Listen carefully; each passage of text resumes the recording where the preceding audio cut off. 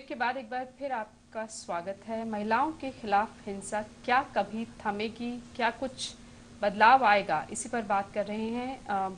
Doctor Gill, जितनी भी बात निकल कर आई है तो व्यवस्था पे ज्यादा जिम्मेदारी है, लेकिन जब हम व्यवस्था पर जिम्मेदारी दे देते हैं तो एक तरह से हम शायद समर्पण कर देते हैं कि सब कुछ आप ही ने, सरकार ने करना है।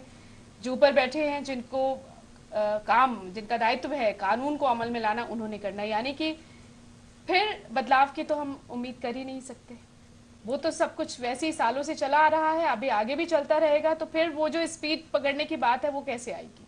देखो, ऐसा है ना, हम जिंदगी में कई लेयर्स पे जीते हैं। हम बदलाव चाहते भी हैं, लेकिन एक पर्टिकुलर तरह का बदलाव चाहते हैं।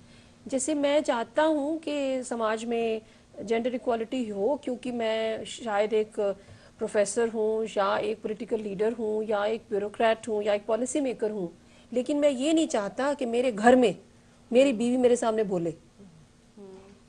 हमारी एक बड़ी कॉम्प्लिकेटेड लाइफ होती है। मैं भाषण देती हूँ क्योंकि मैं वो स्टेज पे ऊपर ताली बजती है, इसलिए मैं भाषण देती हूँ। लेकिन जब मैं एक ऐसी इंस्टीट्यूशन में बैठती हूँ जहाँ मुझे न्याय देना है, तो मैं देखती हूँ कि कल्प्रिट कौन है और विक्टिम कौन है। वहाँ पे कास्ट भी आ जाती है, वहाँ पे पावर डायनेमिक्स भी आ जाता है। तो हम इसको एक आइसोलेशन में नहीं ले सकते। जो जेंडर वायलेंस है उसको हम आइसोलेशन में नहीं ले सकते हैं, क्योंकि इसकी पॉलिटिकल डायमेंशंस है, पावर डायनेमिक्स है, कास्ट डायमेंशन है, इनकम डायमेंशन है। कौन है, who is the culprit, that matters. सिर्फ क्राइम एज इट इज कुछ मैटर नहीं करता।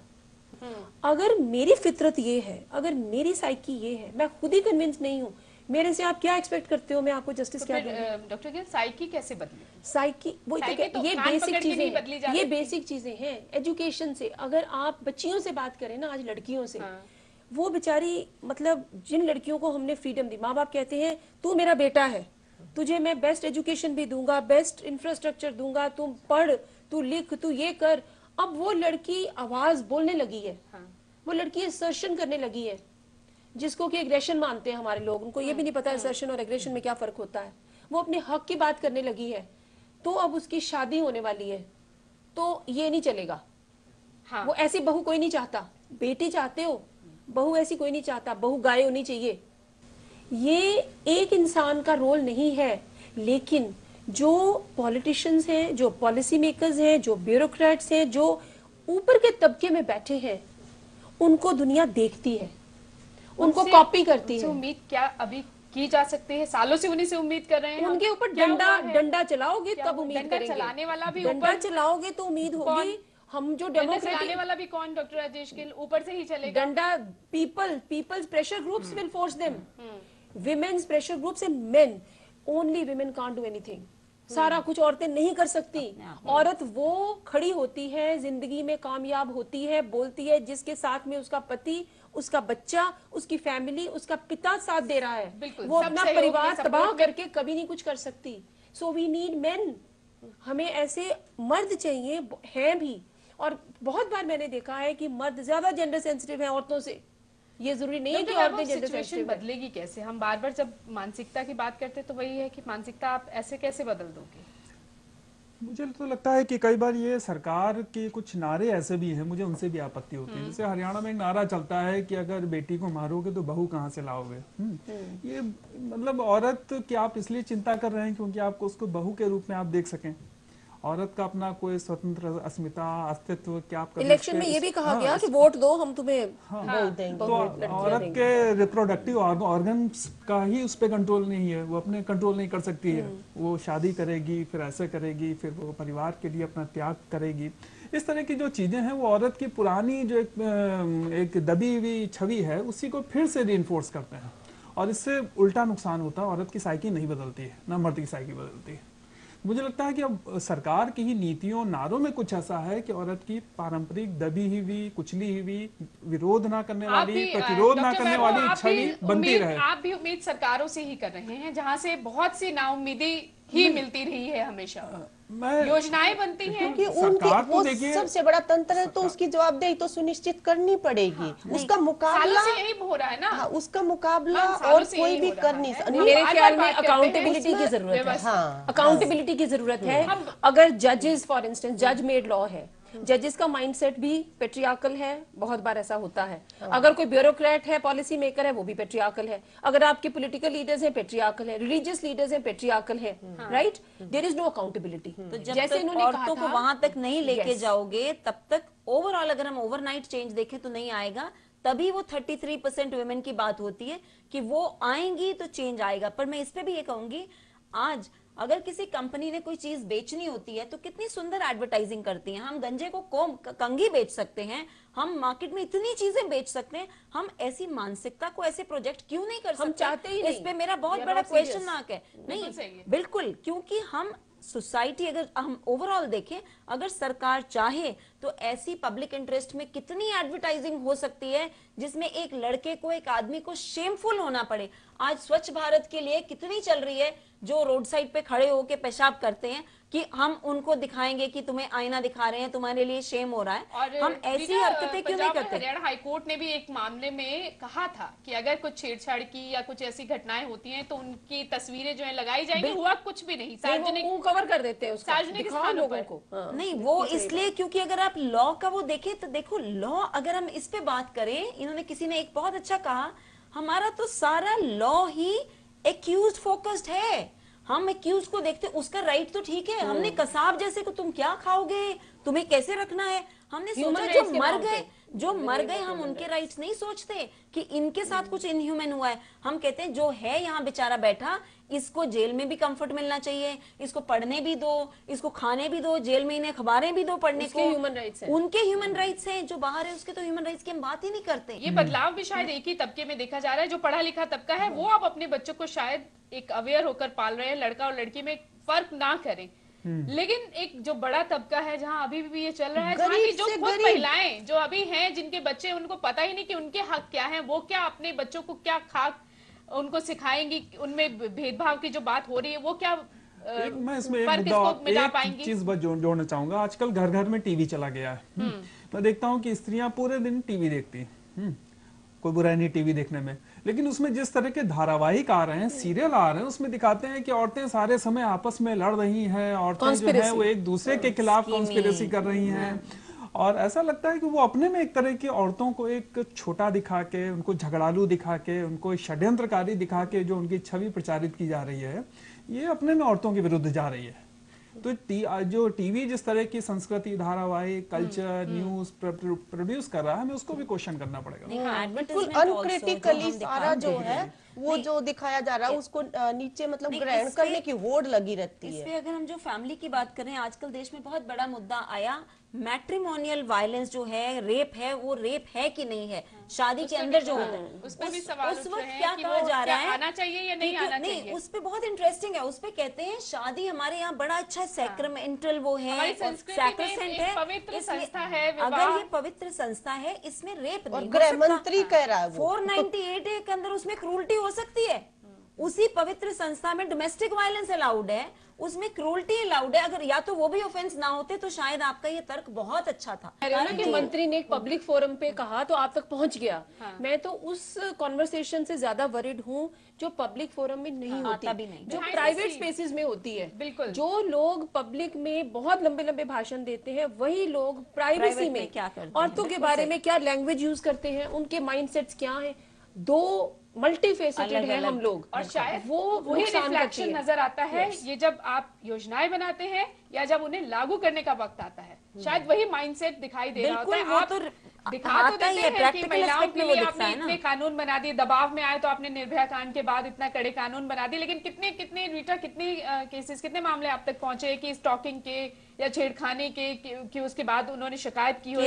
केसेस तो मैं जरूर कहूंगी कि बड़े हैं, आने लगे हैं, पर या फिर कन्विक्शन हुई, किसी ने शिकायत की हो, मैं ये कह रही हूँ। शिकायतें बच्चे करने लगे हैं, यंग लड़कियों में ये सेंसिटाइजेशन आ गई है कि मेरा ये राइट है, it's my body, it's my mind, मेरी चॉइस है।